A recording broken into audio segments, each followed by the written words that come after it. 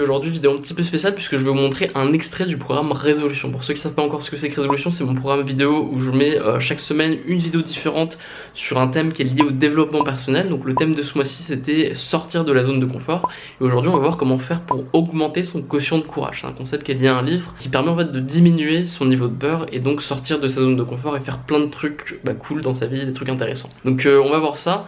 Si vous voulez vous inscrire ce mois-ci, entre le 1er et le 2 avril minuit, si vous vous inscrivez, vous avez accès à 10 vidéos exclusives, exactement 10 vidéos, c'est-à-dire les 4 vidéos de ce mois sur la zone de confort, plus les 6 vidéos de base sur les bases de l'autodiscipline pour bien partir sur de bonnes bases. Donc c'est du contenu exclusif avec des choses dont je parle pas sur ma chaîne YouTube. Là j'ai décidé de mettre cet extrait pour montrer un petit peu comment c'est derrière dans les coulisses. Donc les 2 premières semaines sur Résolution sont gratuites, hein, vous avez 2 semaines d'essai. Donc voilà, je vous laisse regarder cet extrait et puis je vous dis à très bientôt.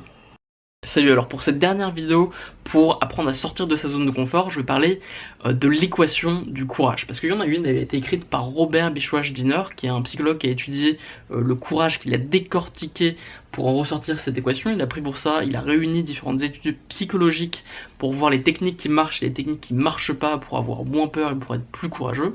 Et donc Robert Bichoage-Dinner, qui a écrit The Courage Quotient, est quelqu'un qui a eu une chance extraordinaire, c'est qu'il a pu vraiment s'immerger à l'intérieur d'une culture particulièrement courageuse. En fait, ce qu'il explique, c'est que à travers les pays, il y a différentes cultures qui accordent une importance différente au courage. C'est pas aussi important pour tous les peuples. Et ce qu'il explique, c'est que en particulier pour le peuple Maasai, eh bien c'est une valeur très importante. Hein. C'est des gens notamment qui vont chasser le lion parfois. Et donc ce qu'il explique, c'est que lui, il a pu s'immerger dans cette culture, contrairement à beaucoup de gens qui font des recherches sur ce peuple, parce qu'il a accepté de passer par des rites initiatiques, notamment le fait de se faire brûler le torse 12 fois de suite. Et donc il a vraiment eu accès à des informations rares que peu de gens ont. Et donc on va essayer de voir un peu quelle est sa définition du courage et comment pour lui les êtres humains font pour être plus courageux depuis la nuit des temps. Et en fait il est arrivé à une équation qui dit la chose suivante, c'est que le courage c'est deux choses, c'est un rapport, le rapport entre la volonté d'une part et la peur. C'est-à-dire que le courage, c'est quand tu as plus de volonté de peur, c'est quand l'envie est plus forte que la peur. Et donc il y a deux manières d'augmenter le courage qui sont en fait indépendantes, aussi surprenant que ça puisse paraître. La première c'est d'augmenter sa volonté et la deuxième c'est de diminuer sa peur. Et les deux sont pas forcément connectés. En ce qui concerne le fait d'augmenter sa volonté, j'ai déjà parlé, il y a déjà 6 vidéos disponibles dans Résolution. Donc juste ici, t'es sur le site, les 6 vidéos de base où on voit comment augmenter sa volonté, sa motivation, son autodiscipline. Aujourd'hui on va plutôt parler du deuxième point, de ce qui est en dessous, c'est-à-dire la peur, comment on fait pour réduire la peur. On va voir en quoi se décortique la peur et comment on peut faire pour la réduire avec des techniques ancestrales et puis des techniques qui ont été testées en fait dans des études psychologiques. Donc Robert Bichoage-Dinner, il nous explique la chose suivante, c'est que pour réduire sa peur, il faut comprendre ce que c'est. Et donc la peur, il nous dit que c'est avant tout l'ego. Quand je dis l'ego, attention, je parle pas d'un truc spirituel, un peu bizarre et flou, je veux simplement dire le moi. C'est-à-dire que quand tu as conscience de toi, quand tu as conscience de ton image, hein, l'ego ça veut juste dire moi en latin, et bien si tu as fortement conscience de ton moi, bien c'est là que tu vas avoir peur. Alors, ça peut paraître un peu étonnant, les situations où on a peur en général c'est quand il y a des risques, c'est quand il y a un danger, mais c'est plus particulièrement quand on a peur pour soi et quand on a peur pour son intégrité personnelle. Et le courage en fait c'est être capable d'agir malgré la peur. Et ce qui nous permet d'agir malgré la peur souvent c'est qu'on oublie qu'on est concerné, qu'on oublie qu'il s'agit de nous. Et donc il y a plein de situations différentes où cet ego en fait qui augmente la peur il peut être diminué. Et pour ça il y a plusieurs méthodes. Donc, il y a déjà 3 situations particulières en ce qui concerne la peur, un peu courantes. La première, c'est quand tu es face à une peur, on va dire de type social. T'as peur d'être rejeté, t'as peur que les gens ne t'aiment pas, t'as peur que les gens te jugent, par exemple si tu vas faire un discours. Ou par exemple si tu vas commencer un projet, t'as peur que les gens se moquent de toi. Bon, dans ce cas-là, la solution c'est de penser au-delà de son ego, dans le sens où tu vas penser à d'autres personnes que toi. Tu vas peut-être penser à des amis, tu vas peut-être penser à la société, tu vas peut-être penser à la personne à laquelle tu veux parler. Bref, tu vas aller au-delà de la simple question de ce qui est bien pour toi et essayer de penser collectif en quelque sorte. Et ça c'est quelque chose qu'on fait depuis la nuit des temps, hein. Vous pensez aux troupes de soldats qui sont très courageux et qui vont au combat, bah, c'est parce qu'ils sont en groupe, et dans ce sens là l'esprit de corps est extrêmement important. C'est très difficile de faire face aux peurs sociales tout seul. Et la solution la plus efficace c'est de rejoindre un groupe. Donc, ensuite ça dépend de tes peurs personnelles, mais ça peut être très efficace de rejoindre un groupe réel ou en ligne, hein, comme celui de résolution, et de créer des initiatives communes pour dépasser des peurs communes. Dans tous les domaines, hein. Je parle de peurs sur le long terme, sur le court terme, disons les peurs sociales en général. Donc ça c'est le premier type de peur qui peut être dépassé en dépassant l'ego, en rejoignant un groupe. Puis il y a un deuxième type de peur qui est la peur physique, celle qui te prend aux tripes, celle où tu vas vraiment sentir ton cœur battre. Par exemple avant un combat, avant un sport intense, avant le fait de partir un peu à l'aventure, peut-être de sauter quelque part, enfin d'être dans un endroit un petit peu dangereux. Et bien pour combattre cette peur-là, cette peur physique qui est vraiment liée à des sensations, et bien ce qu'il faut faire pour dépasser l'ego dans ce cas-là, c'est se concentrer sur le corps, se concentrer justement sur ce qu'on ressent, ce qui peut paraître un peu paradoxal. Lui il appelle ça surfer sur la vague émotionnelle. C'est quelque chose que vont faire les gens qui font du ski, qui font du surf, ou alors qui font des sports extrêmes, les gens qui font des sports de combat. Ils vont souvent essayer de se concentrer sur leurs sensations internes, et ça marche très bien pour dépasser la peur. Et ça aussi, enfin une autre manière de se concentrer sur le corps, sur les sensations et dépasser l'ego, c'est de respirer profondément, de se concentrer sur sa respiration, ou encore de contracter ses muscles, puis de les relâcher entièrement, en faisant ça avec tous les muscles du corps, tu vois, du haut au bas, et petit à petit, bah, comme ça en fait, faire évacuer le stress, et penser à autre chose que soi, que le moi, que l'image de soi, que l'ego, et voilà, rentrer vraiment dans le corps. C'est quelque chose de très efficace aussi. Un autre problème qu'on a souvent en ce qui concerne les peurs, c'est les peurs qui vont être les peurs de l'échec. Et donc pour combattre la peur de l'échec et dépasser l'ego à ce niveau-là, souvent ce qui marche c'est de penser au futur. Donc par exemple si tu veux créer une entreprise, ou alors si tu veux te lancer dans l'art, bah souvent tu vas avoir peur de pas réussir et de perdre ton temps. Bah là la solution c'est d'arrêter de penser au présent et de penser un petit peu au long terme, à ce qui va se passer dans 1 an ou dans 10 ans, après avoir fait ça. Et voir que souvent en fait il vaut mieux faire quelque chose et le rater que de ne pas le faire et regretter. Et donc dans ce troisième cas de figure, ce qu'il faut c'est voilà, c'est simplement penser au long terme, vraiment s'imaginer plus tard. Donc pour ça il y a plein de méthodes. Tu peux écrire une lettre à toi-même pour dans 10 ans, tu peux t'envoyer un mail qui va arriver plus tard, il y a des sites pour ça.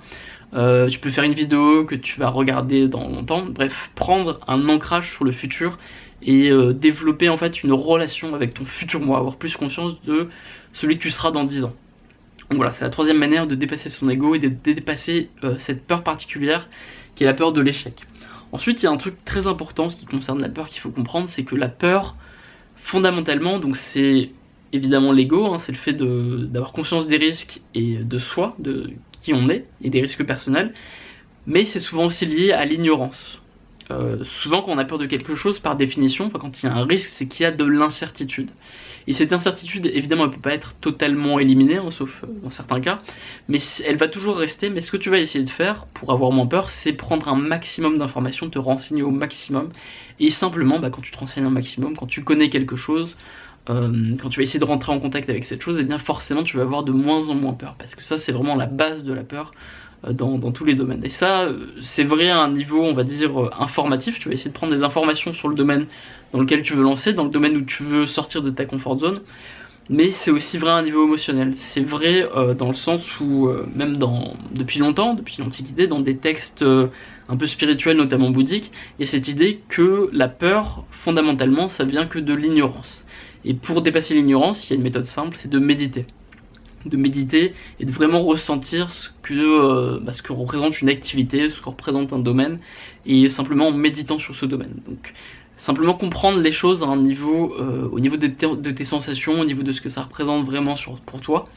Et ça aide vraiment. Et ce qu'il explique aussi, c'est que notamment des Marines, des militaires américains, il y a une méthode qui est expliquée par un vétéran très simple, c'est quand il y a une situation très effrayante qu'il va vivre et pour laquelle il ne peut pas vraiment s'informer et pour laquelle il ne peut pas vraiment faire de répétition, ce qu'il va faire c'est de se l'imaginer un maximum de fois. Et quand tu t'imagines souvent une situation, quand tu la visualises, forcément il y a moins d'ignorance, et mécaniquement s'il y a moins d'ignorance il y aura moins de peur et donc il y aura plus de courage.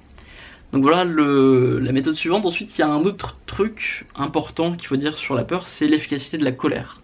On parle souvent de la colère négativement, ce sera un truc qu'il faut éliminer totalement, mais en fait la colère c'est une sensation, c'est une émotion qui va te mettre en mouvement, tu vois, qui va te faire battre ton cœur vite, qui va te faire respirer fort, qui va te préparer à l'action en fait.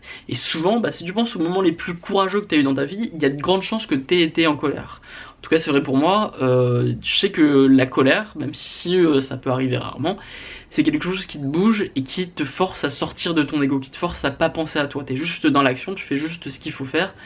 Alors évidemment, il y a des points faibles, hein, ça te rend, t'es moins clair sur ce que t'es en train de faire, et tu peux pas fonctionner que à ça, c'est peut-être mauvais sur le long terme, mais sur le court terme, c'est une très bonne stratégie. Et ce que nous dit Robert Bichois-Gediner, c'est qu'effectivement, quand on regarde les personnalités des gens, ce qu'il a observé, c'est que les gens les plus colériques, qui sont le plus souvent en colère, eh bien, ils ont tendance à être plus courageux, à obtenir plus de choses importantes, à oser davantage s'exprimer.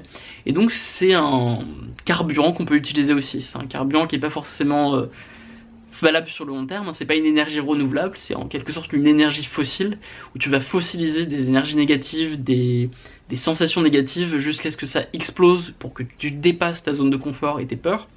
Mais ça marche aussi, quoi. C'est une manière aussi de faire. Donc si tu penses à un truc que tu veux dire à quelqu'un depuis longtemps, ou alors un job que tu veux quitter depuis longtemps, ou voilà quelque chose de très dur pour toi, eh bien il faut savoir que t'as pas forcément besoin d'attendre de te calmer. Peut-être que utiliser la colère de manière positive, ça peut être aussi très bien. Donc voilà une des méthodes en fait proposées par l'auteur. Ensuite, il y a un truc aussi très intéressant dont il parle, c'est l'utilisation de la pensée magique, et en particulier des fétiches. Donc avant de parler de ça, il faut bien expliquer une chose, c'est que on est tous irrationnels, et on est tous dominés par la pensée magique. Et non seulement c'est un état de fait, mais aussi c'est quelque chose qui a été sélectionné par l'évolution en fait. En tout cas selon des spécialistes de la psychologie évolutionniste dont il est question dans le livre, l'être humain en fait, comme il est souvent dans des situations où il doit dépasser sa peur et qu'il n'en a pas les moyens, eh bien il va utiliser la pensée magique pour imaginer un scénario, pour imaginer quelque chose qui va lui donner plus de courage et qui va diminuer sa peur, qui va aussi diminuer son ignorance de la situation. Donc pour ça, il y a plein de choses. On peut penser par exemple aux footballeurs qui, juste avant un match, eh bien, vont toujours faire un geste particulier, un geste religieux par exemple. On peut penser aux gens qui vont utiliser un talisman, qui vont utiliser un fétiche, qui vont utiliser un objet particulier. On peut penser à Michael Jordan qui avait un short particulier. Pour les plus jeunes, je sais pas si vous connaissez, c'est un grand champion de basket, mais il avait un short de victoire qu'il mettait dans ses matchs les plus difficiles, parce que ça lui donnait du courage. Alors on pourrait regarder ça de loin et dire non mais c'est irrationnel, c'est du fétichisme, c'est n'importe quoi, mais le fait est que ça marche, et qu'en fait on le fait tous plus ou moins. Alors si toi tu crois ne pas être comme ça, ne pas être un fétichiste, ne pas être quelqu'un qui est dominé par la pensée magique, il y a quelques questions que l'auteur nous pose et que je vais te poser. C'est les suivantes. Est-ce que tu serais prêt à porter la casquette d'Hitler ou les vêtements d'Hitler? Est-ce que tu serais prêt à prendre une photo de ta mère ou de ton enfant ou de ton frère, ta soeur, et de la brûler? Est-ce que tu serais capable de faire ça? Est-ce que tu serais capable de manger quelque chose qui a une forme d'excrément? Voilà, est-ce que tu serais capable de faire ces choses-là? Dans l'ensemble, la plupart des gens répondraient plutôt non. Et il y a plein de questions comme ça qui en fait démontrent qu'on est tous un petit peu fétichistes, qu'on est tous un petit peu superstitieux, malgré nous, on est tous un petit peu dominés par la pensée magique. Donc face à ça, il y a deux attitudes. Soit tu le refuses et tu fais comme si tu étais quelqu'un de parfaitement rationnel, soit tu l'acceptes et tu décides de l'utiliser de manière positive, cet instinct qui a été produit par l'évolution pour nous rendre plus courageux, en tout cas selon l'auteur. Et donc comment utiliser cet instinct un peu irrationnel pour devenir plus courageux? Eh bien il suffit d'avoir des objets, d'avoir des gestes qui vont ancrer des bonnes émotions en nous et qu'on va faire à chaque fois qu'on veut réaliser un acte courageux. Et si on fait ça, eh bien petit à petit on peut devenir plus courageux grâce à cette pensée magique. Et pour bien illustrer en fait ce truc qui est que la peur nous rend superstitieux et que la superstition est utile et sert fondamentalement à nous rendre plus courageux, il suffit de voir dans quelle situation est-ce que les gens sont les plus superstitieux, dans quelle situation les gens sont le plus croyants aussi. Souvent les gens deviennent croyants juste avant de mourir, ou alors dans des situations extrêmement effrayantes où ils sont seuls et ils n'ont plus le choix. Parce que en fait, quand t'es dans une situation extrêmement effrayante et que t'as pas le choix, et que t'es dans l'ignorance et l'incertitude, forcément t'as peur, et à un moment ton cerveau, pour régler un petit peu la situation, eh bien il a besoin d'imaginer une explication, d'éliminer un peu l'ignorance, et c'est là qu'intervient cette pensée magique. Donc cette pensée magique, soit tu l'ignores, soit tu l'utilises de manière intelligente. Et pour ça, voilà, il y a plein de manières différentes. Tu peux me donner tes idées dans les commentaires. Ça peut être un objet, vraiment, ça peut être une phrase, ça peut être un mantra, ça peut être ouais, simplement un vêtement. Voilà, il y a une infinité de choses différentes. On peut en parler dans les commentaires. Justement, le mois prochain, on va faire un truc qui s'appelle le mois de création de routine matinale. Ça va être le thème du mois suivant. Et ça peut aussi en fait constituer une sorte de rituel, une sorte de truc en fait qui te rend plus courageux dans la journée, parce que voilà, tous les jours tu as réalisé ce rituel. Donc c'est quelque chose qui peut être très efficace aussi dans ce sens-là. Et voilà, je te laisse raconter un petit peu dans les commentaires quelles sont toi tes techniques, quelles sont peut-être les manières dont tu vas utiliser la colère, les manières dont tu vas réduire l'ignorance pour être moins peureux, les manières dont tu vas sortir un peu de ton ego, peut-être rentrer dans ton corps, peut-être rentrer dans un groupe, enfin, faire quelque chose pour manipuler en quelque sorte tes propres instincts et devenir plus courageux.